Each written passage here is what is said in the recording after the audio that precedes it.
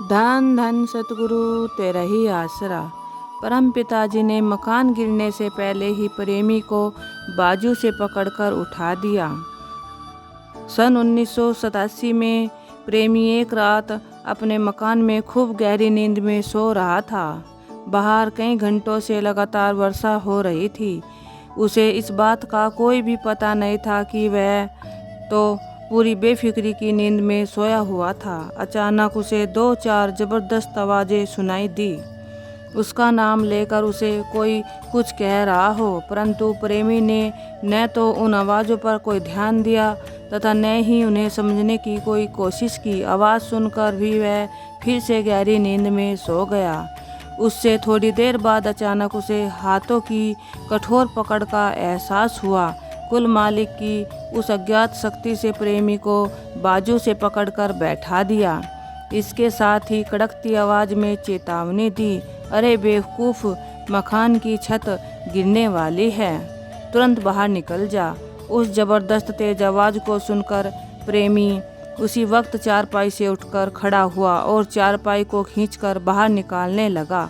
अभी वह आधी चारपाई ही खींच पाया था कि सचमुच ही मकान की छत नीचे आ गिरी।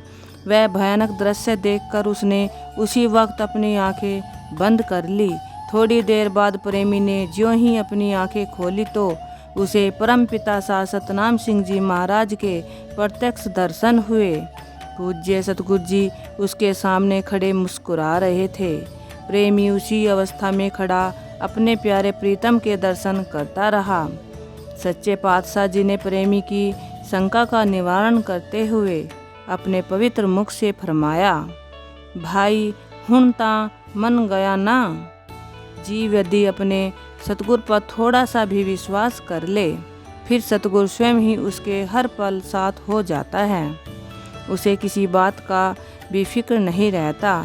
जीव चाहे कहीं तथा किसी भी अवस्था में है, उसका प्रीतम प्यारा हर समय सच्चे मददगार के तौर पर सदा अंग संग रहता है। उसे हर खतरे से केवल सावधान ही नहीं करता, बल्कि आगे कर स्वयं बचाता भी है।